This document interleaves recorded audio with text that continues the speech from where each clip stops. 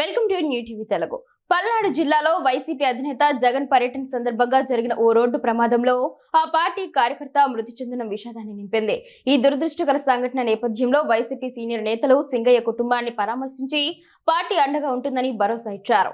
అంబటి రాంబాబు, మోదుగుల వేణుగోపాల్ రెడ్డి, లేళ్ల అప్పిరెడ్డి తదితరులు వెంగళాయపాలెంలోని సింగయ్య నివాసానికి వెళ్లి ఆయన కుటుంబ సభ్యులను ఓదార్చారు. ఈ సందర్భంగా పార్టీ అధినేత వైఎస్ జగన్ ప్రకటించిన 10 లక్షల రూపాయలు ఆర్థిక సహాయానికి సంబంధించిన చెక్కును సింగయ్య భార్యకు అందజేశారు.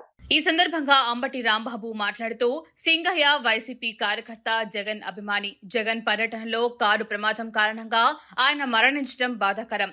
ఈ విషయం తెలిసిన వెంటనే జగన్ స్పందించి సింగయ్య కుటుంబానికి 10 లక్షల రూపాయల ఆర్థిక సహాయం ప్రకటించారు.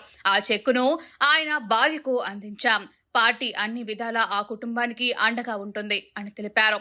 సింగయ్య మృతిని కూడా కూటమి ప్రభుత్వం రాజకీయం చేయాలని చూస్తుందని అంబటి మండిపడ్డారు.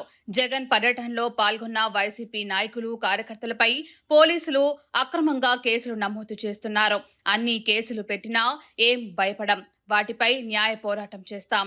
అయితే మా పార్టీ నాయకులను గాని, కార్యకర్తలు గాని పోలీసులు అన్యాయంగా నిర్బంధిస్తే చూస్తూ ఊరుకోబోం అని హెచ్చరించారు. వైఎస్ జగన్ పర్యటనకు ప్రజలు రాకుండా అడ్డుకోవాలని ప్రభుత్వం పోలీసుల ద్వారా కుట్ర పన్నిందని, అయినప్పటికీ వేలాది మంది ప్రజలు స్వచ్ఛందంగా తరలివచ్చారని ఆయన పేర్కొన్నారు.